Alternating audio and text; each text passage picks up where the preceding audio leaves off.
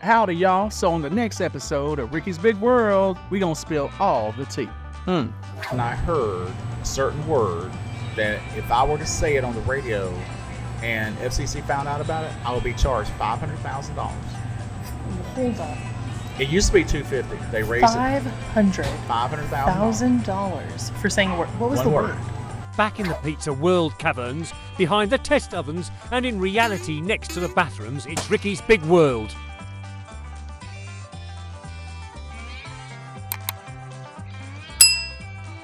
Hi, Ricky with Ricky's Big World. We're back for another episode. Okay, so now, Roxanna, Yes, sir. all the technical issues we have in today, that's your fault.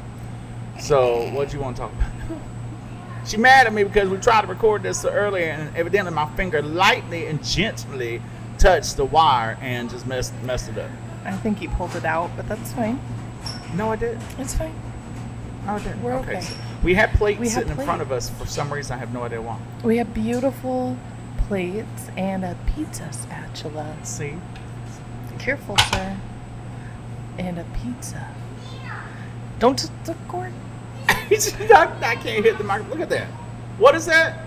Texas Chicken BBQ. That is a Texas chicken barbecue Texas on chicken thin with the crust, barbecue. cut party style. Can you see this? Oh my goodness. That looks delicious though. I have to eat that. What you doing? What is this? One of our voodoo beverages.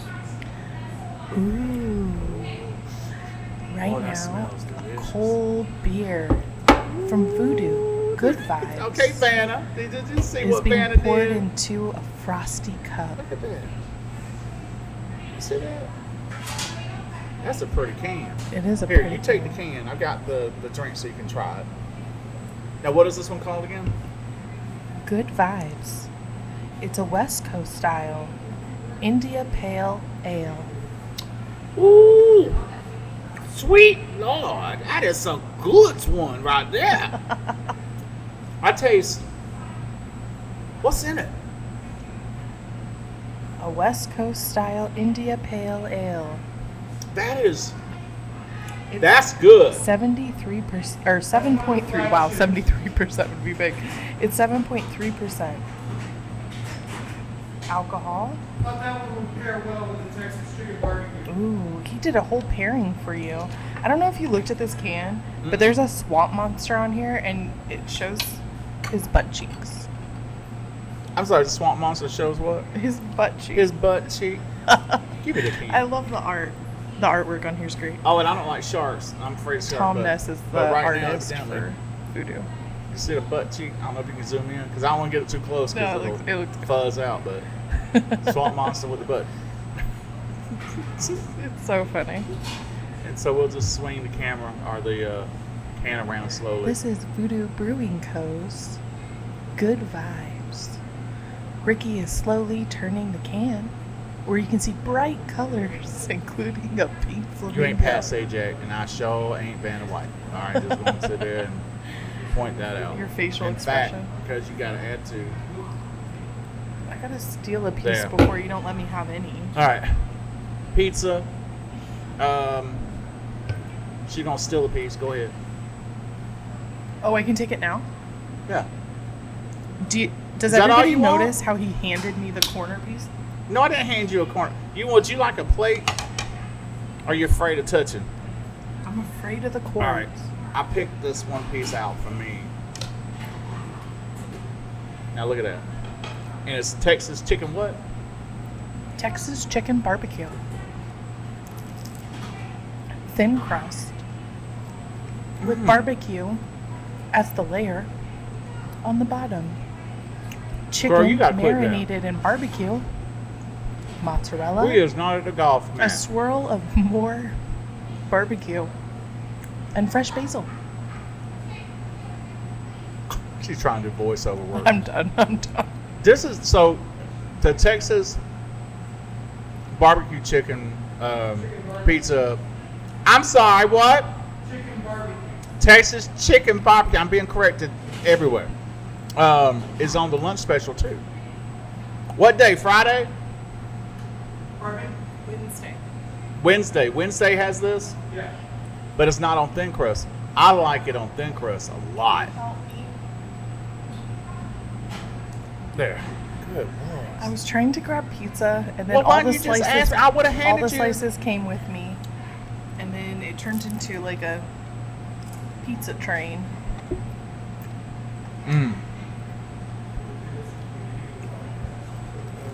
Whoa. Hey, Bob, I like it a lot better on the thin crust. That is so good. Figured we'd give you a thin crust so you, in party squares in case you wanted to share. So yeah, thin crust you get more of the barbecue taste. How's your Pizza World pizza and Voodoo beer today? Oh, my Your God. beer would help cut it to get rid of some of the sweet. So it's not overpowered. See, they overanalyze everything. It be good, okay? It be damn good. Let's just go Hey, ahead. Chris. How you doing, man? I need to get a couple more pieces. I'm excited to open the new shop, and then like this is just the norm. Oh my God. I'm gonna sit here and eat the whole time over here, but I'm gonna look good. Yeah, we do have to talk eventually. Well, you have to talk. Okay. So, remember how I said, y'all forgive me, I'm gonna go ahead and talk. Remember how I said Roxanna Janet trying to do voiceover work? So, I actually have a voiceover audition that's due Monday, so I gotta go back to the studio to do that.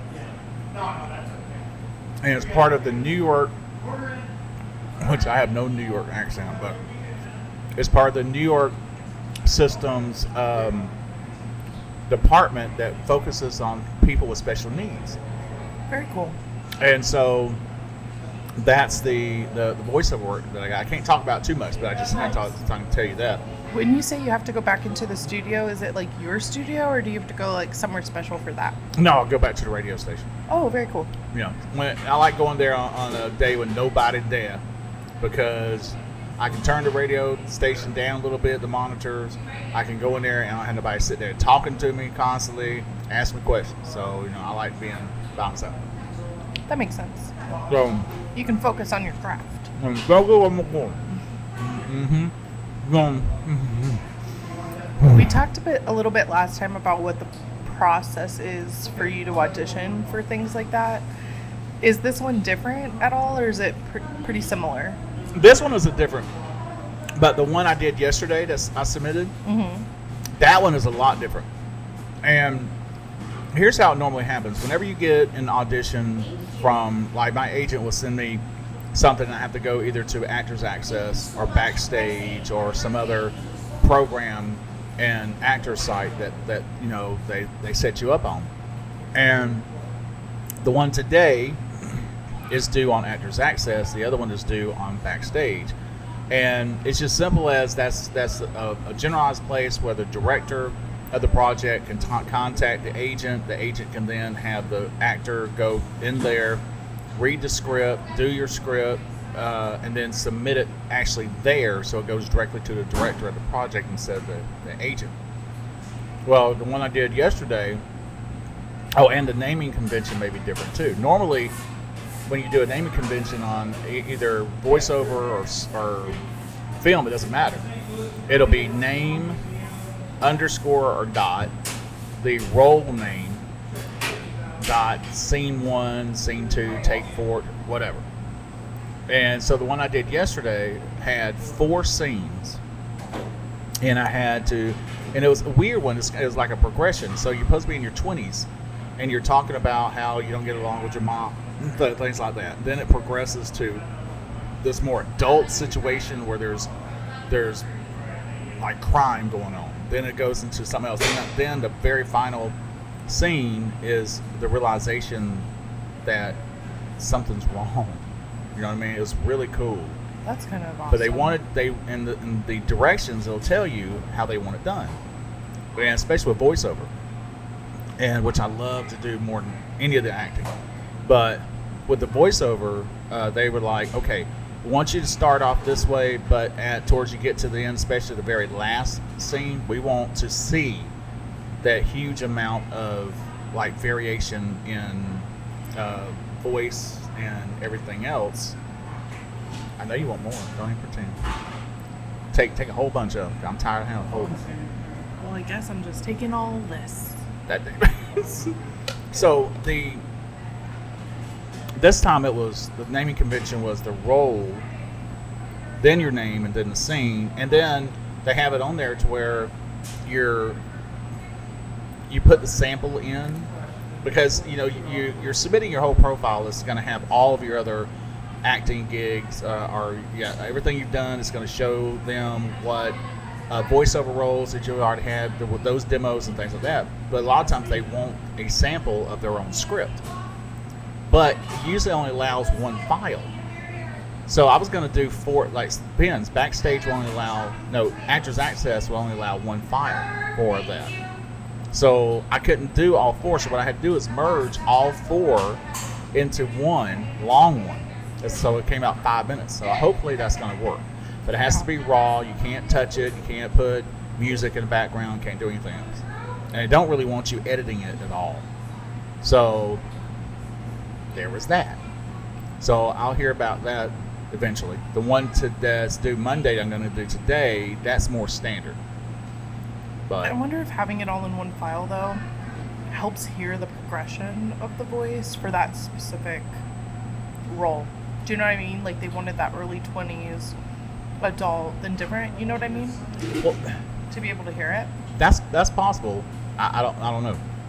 Because I even explained to them, I said I had to put this in one file because Actors Access didn't allow multiple. Yeah. To submit that right there. I know it's like a system thing, but I wonder like if it would help with that particular role because of, you know what I mean?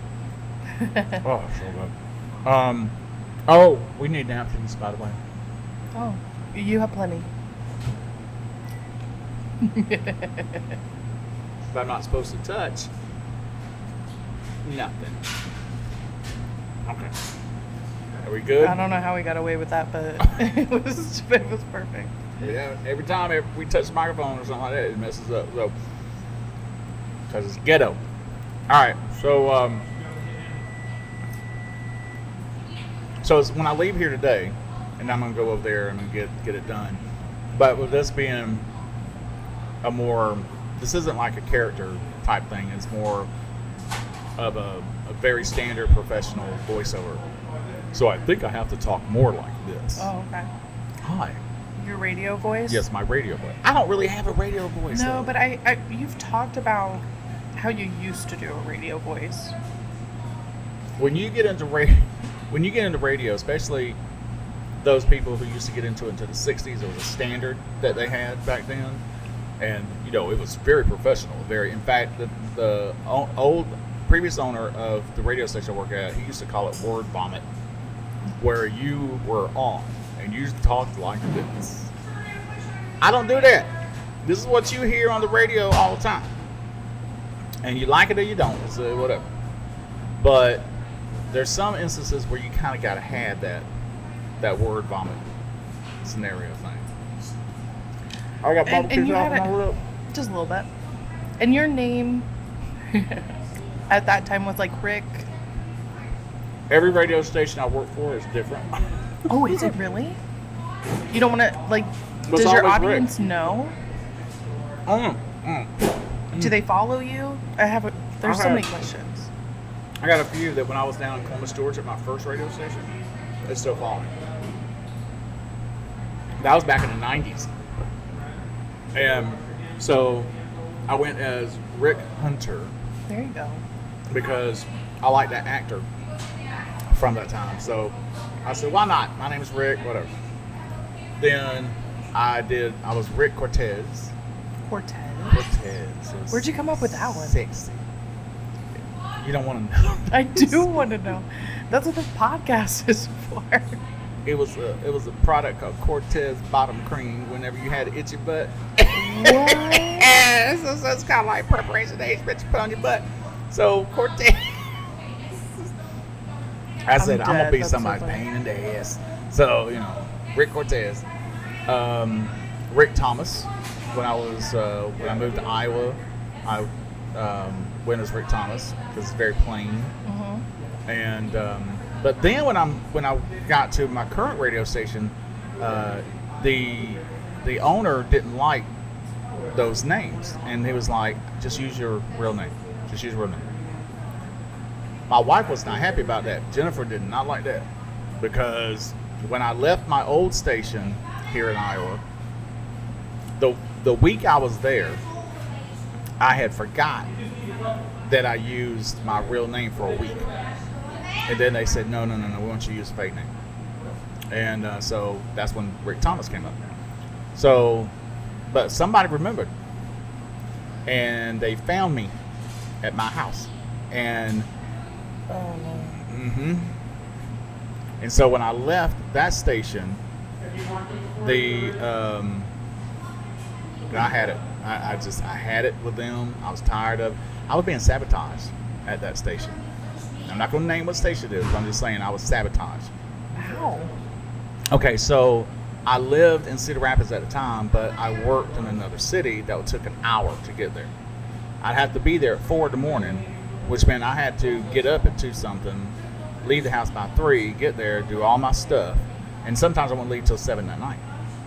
Well, when I go to leave, before I leave, I have to program the system to take out all the stops, the pauses, anything like that, so that, you can talk in the air and all that, but it had to run completely smooth. Well, I would get a call saying, hey, the radio station has stops in it. It just completely stopped. It hasn't played for an hour or 2. So I get back in, I'm being scolded for this. Well, one day I had to go through that city because I had an appointment with someplace. And when no one was supposed to be at the radio station, there is the production director's car in there, and just so happens there was a stop. They didn't fix it. They were there. They knew what to do because they were there longer than I was. Well, come to find out, after the market manager and the director came to me and said, hey, we got to talk about this. And I explained what I saw and everything else. So we had a meeting of the minds that I need to go because I can't deal with this. What come to find out was this person had been sabotaging to make me look bad and putting the stops back in there, making sure that, I get jumped on. Guess who got my job after that? That person did. So That's insane. It's insane, but it is what it is, because they were initially up for my job, but they didn't think she had the experience, so they went outside. I was at a station here in Cedar Rapids at the time, and I didn't see where I was going to be going further than what I was doing. So when I found out that not only was it the morning show host, it was also the program director position, and I got it. And I did a great job. In my opinion, I did a great job. I knew I'm anal when it comes to checking things. And so I knew when I left that place, there were no stops, but this was constant, constant stops they were putting in there. And every time during the time I wasn't there. So I talked to, my old boss and I are still our friends on Facebook and things like that. And I finally talked to him and I said, he's like, how you doing? I said, let me explain something. I said, all these years, I never complained about this. I said, but I just got to talk to you about what happened when I was under your employment and everything else. And I explained the whole situation. And you know what that man said? He said, we finally found out that you were right, that you were being sabotaged. I said, nobody called me to say, hey, Ricky, we're so sorry about that. Or would you like to come back and have your job back? I would have said no to begin with. But that's what I mean by I was sabotaged. And they did finally discover that? Like, They finally discovered it. And was it after? Well, like a while after? What I understand is they were having some party, and like a few years later, and they were talking amongst themselves, and names started coming up because they were talking about having this big reunion of all the prior radio people. My name came up, and that person who sabotaged me, it talked to them and it was telling them, hey, when Ricky was here, I really didn't want him here. I wanted that job, They confess. They confessed to other people they thought would never tell anyone. Wow. And then it got leaked back to me, but then it also got leaked to my prior boss. Oh. And they were fired. I was going to ask, did they keep their job? They were fired. They were fired. They initially, I think they closed that location, and they are back in their corporate office, which I'm not going to say where, in the company. But it hurts you to know that you put so much. I would leave my family, again, at 3 o'clock in the morning to drive there. I would not see my family until 8 o'clock at night, because if I left the station at 7, that's an hour drive. So 8 o'clock at night, I have to eat like fire fast, because I had to get to bed immediately. So I sacrificed for that job. Yeah. I wore so many hats. I was news director, sports director, program director. I was also the morning show host. I mean, and I had to go to live events. It was a whole game of things. I loved working there. I absolutely do. I would go back to that company today, but I can't. I'm a stronger person now, because at a time I was the more word vomit guy. So I was talking like this, trying to impress. I don't do that no more. And I will stab a fool if they try to sabotage my career again. That was my money. You mess with my money, you mess with me. Yeah. I ain't doing it again. I'm not going to allow it again. And so, yeah, there are people out there that are that unscrupulous that will try to sabotage your job because they didn't get it and they wanted it. So that's what happened. Crazy. It's crazy. It's dumb. It's, if they didn't want you to begin with, there's a reason why. But because they felt they were there for years and years before anybody else, that they had every right to it. The fact that she admitted to it way later. I don't think she gave a damn, to be honest with you. That's fair. It's like, She well, probably didn't think that anything would happen. But I heard she got fired. It's like, okay. Well, I mean, whatever. Karma, Comes around. baby. Comes around. Right around. But I have been at my other station now, or my current one, since 2015.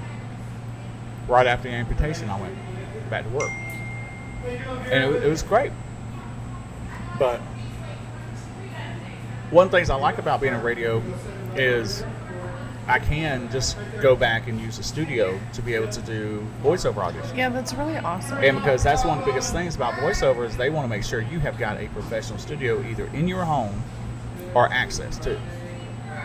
Now I have the equipment to put together to build my home studio, because like I was telling you guys before, that the state of Iowa helps out with the Iowa, or every state has a vocational rehab program, and they will help you with getting a job, or help you be a business owner, or help you go back to school. I chose business owner, but so slowly they were getting the equipment for me and all this other stuff. So I got all this stuff now I got to put together and make the studio, so I don't have to drive 36 miles or however long it is to come back to the studio. But since I'm here, after we get done, I'm going over there. Well, see? Makes it easy. Mm-hmm. And you'll be full. You'll be full. I'll be full. You'll be nice and full by the time you leave. You wouldn't think that thin crust would fill you up. But when they put all that deliciousness on, Spec, you want some more? Sure. Yeah. How much would you eat of it? I know. You just take the whole thing? I don't want to take the whole thing. My problem is that, there we go. Every time I grab one, it takes like 12. You gonna grab one? You want me to take more? There's still 4 pieces left. Okay, the rest is yours.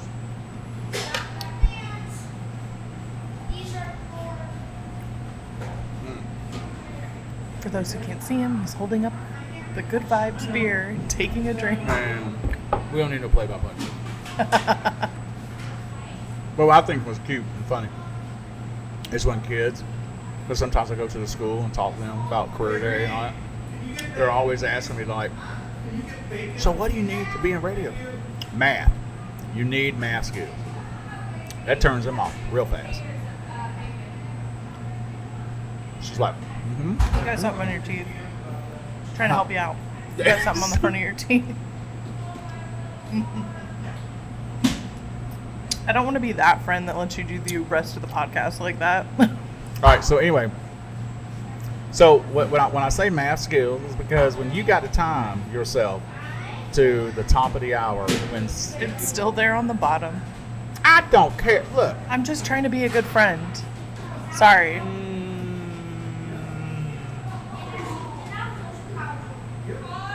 There's the thumbnail.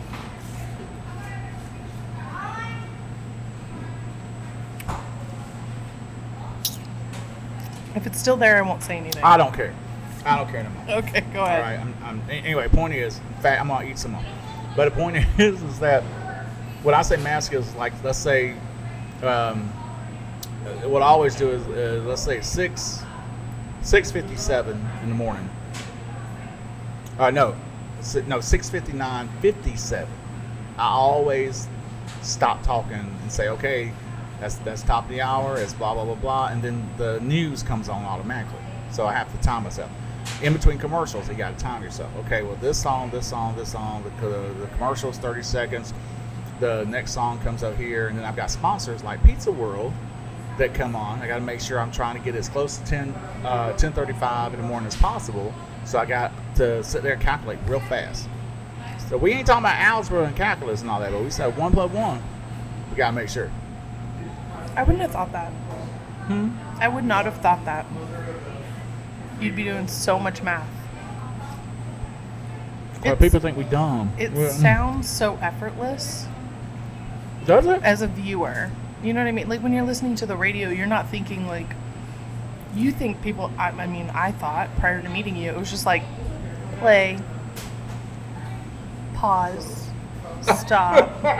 You know what I mean? I think that's what a lot of people Click the next song. Like I didn't think it was a big thing. Oh yeah. And especially gets more complicated when we have live guests, because I have to make sure it's within a certain time frame. I have to make sure certain competitor commercials aren't playing. Like, you know, if we had another competitor for Pizza World, I can't have that playing right before or right after yours. Yeah, that makes sense. And I have accidentally done that before, and I've had a client call me up, cuss me out. I'm sure. Well, not really cuss me out, but complain about it. And they complain to the station manager. I don't like that. I call them up myself, and I admit to them, look, I apologize. It was my fault. I wasn't paying attention. I said, it won't happen again, but I will make it up. I will play your commercial an extra time for that. Oh, that's really nice. So, well, it's You're taking care of them. That's it. Yeah. That's it. You're not just making it right, you're taking care of the problem. Yeah. Exactly. And I try to give them The best you can, because you don't know how to reverse time. I try to leverage it out. Yeah.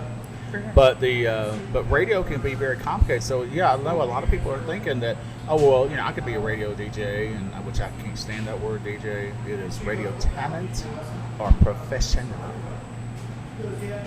Okay, profession. Professional. But so I will, you know, you get in there and you got to do this. But a lot of people, like you just said, think you're just loading up music, playing it, and then just sit back and do nothing. Now, your entire career in radio, has it always been digital for you to pick the music, or no? That's a good question. I'm very curious about that, because Well, like that's more complicated, right? If you have to like, did you actually like pick up the record and play it, or like a tape or a CD I've only had or to use whatever? actual records once. Really? When I first started radio in the mid-90s, sometimes I would have to go downstairs to the news station, and they did records, they spliced tape. You'd actually have to cut the reel of tape to get it where you want it and retape it to be able to play it. So if it doesn't fit into the segment that we have, the time frame, let's say 30 minutes, but they send you a 45-minute one, you have to cut out physically with a pair of scissors, cut the tape, retape it with a specialized tape, and then re-spin the wheel to put on the machine for it to play. Really? Yeah. And then records, I hate Okay, there are so many people out there who love vinyl. I respect vinyl. That's how I grew up, you know. But problem with vinyl is if you walk by too hard, and I was a heavy-footed thing. When you walk by too hard, it'll skip, and it bounces and it scratches the record. And so, you know, I didn't like that. I like the sound of it. But when you have your daddy threatening to whoop your rear end because you just scratched his Teddy Pendergrass record, then you don't want to deal with it anymore. But 8 tracks came out, then, which I didn't really care for 8 tracks because you get these big old clunky things, you got to carry it around. Some cars had them in the system in there, but that took up all the dashboard. You know, when you got an 8-track this big, that thick. But then when cassettes came out, that was it. And then CDs came out. Then it went digital. Now it's all about the vinyl all over again. So it's like a recycling. Yeah. And people are like, "Oh, I bet you're so happy that vinyl's coming." No, I don't want to do it anymore. I did it before. I want nothing to do with vinyl because I'm tired of you got this huge record. Yeah, they're thin, but you still got to store it. Yeah. You got the machine that's got a needle on it, and if you walk by and bump it, it's gonna scratch the mess out of it. For you, on the radio, like, is the quality that people are hearing better with the digital? I think with the digital, it cleans up a lot of the pops that you hear, and a lot of people want to hear those pops When they're on the radio? So a lot of times Yeah. I will try to find the music that best is more like the original that I can find. I try to do that. The thing I like about digital is that you can just walk away and leave it, and it'll still play, continue playing. I like Yeah. that. And it'll go to the next one or whatever. Exactly. What I don't like though is that if the power goes out, you are messed up. So when the power goes out at the radio station, a lot of times I have to resort back to CDs. So I've got a collection of CDs, pop the CDs in there because it's not running off the server. Interesting. So when you were doing cassettes or CDs, did you have multiple players, or were you having to pop those in and out right as Depends soon on as where they were you're done? at. At the station I'm at now, we have 2 CD players. We actually have 2 actual old record players. So like one ready to go, back Right. to back. So you got one So on you- top, no downtime. CD1, I'll put something in there, and then make sure that the second one is running so that while we're trying to get the power back on, get everything else on, there's still something going. But here's the trick, especially with FCC rules, is that you cannot play an entire album of a record.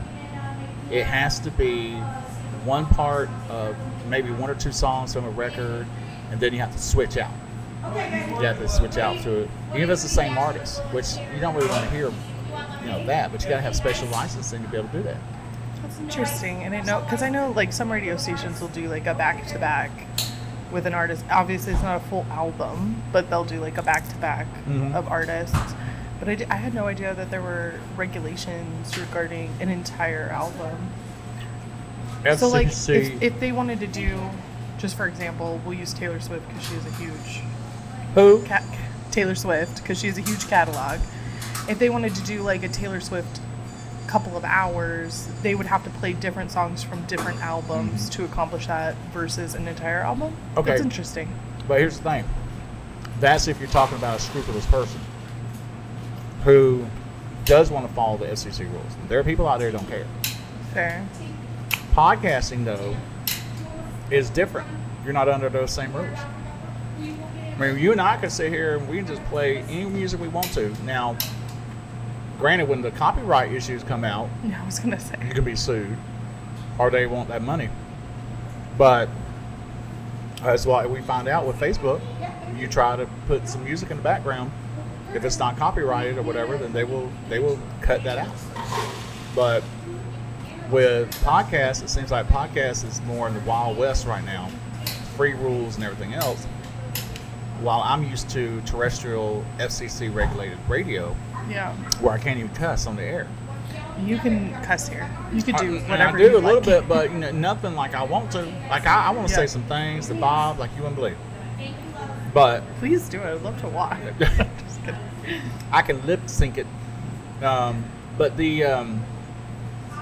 no, and then I have to do quarterly reports to the FCC because we have to do that too. Are there any FCC rules that are just, Dumb. yeah, The fact we need them, period.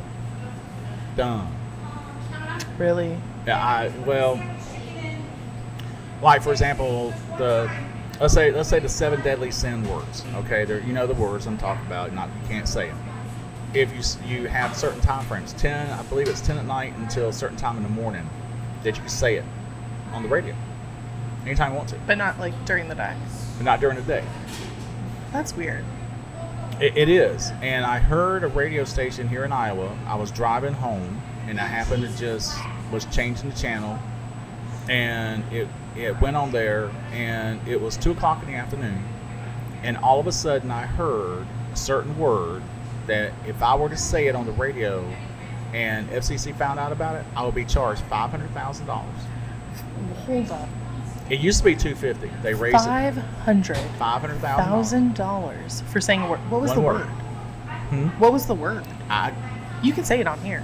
No, I'm not going to, because if I get comfortable saying it on here, I'm gonna say it on the other. Oh, fair. It begins with a P.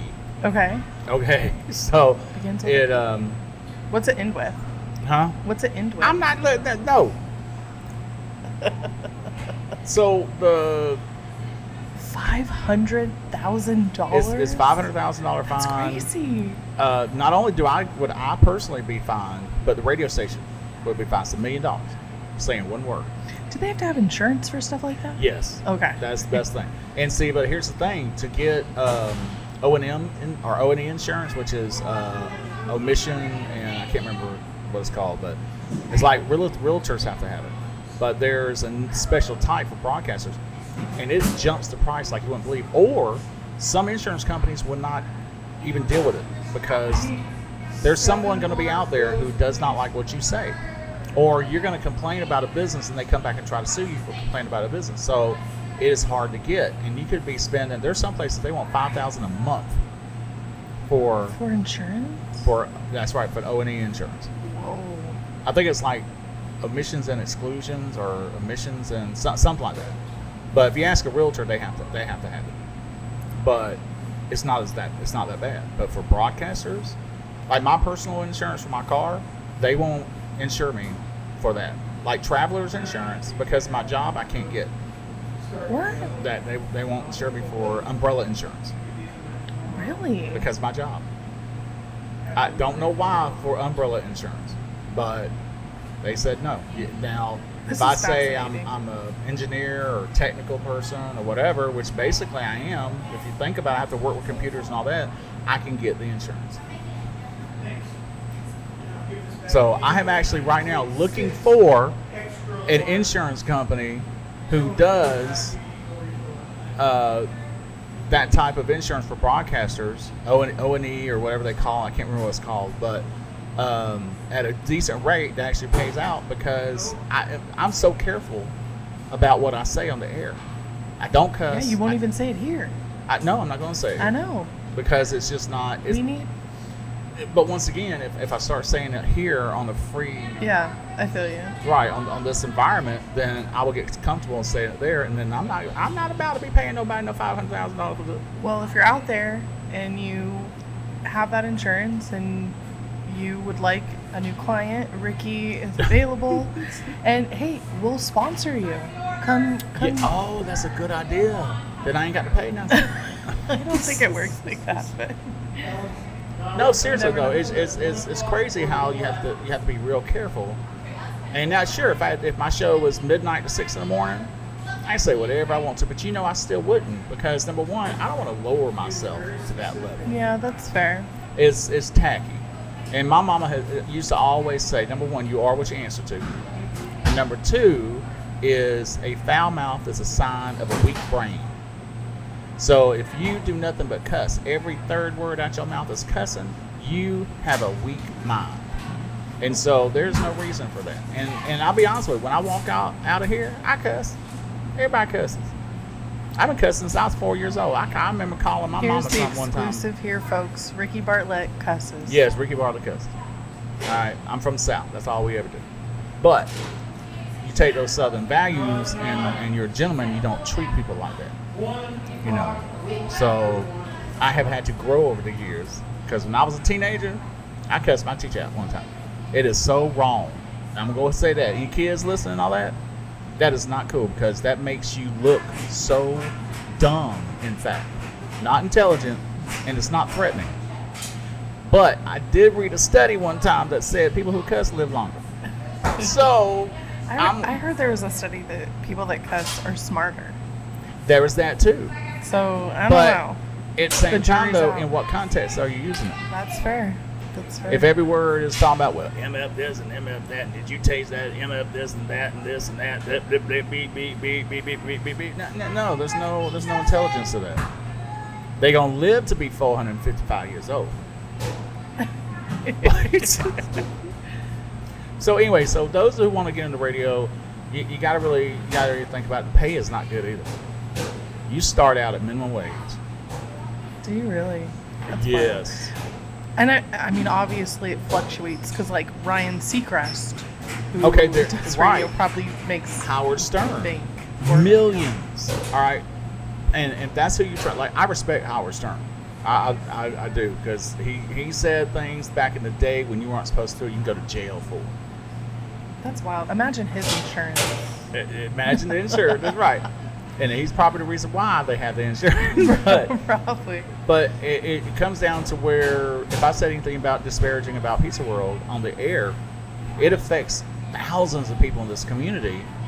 I mean, we have what community, 250,000 people, I think, or more. And so you think about that reaching all those people, and that disparages your business, that's suable. Yeah. And for slander.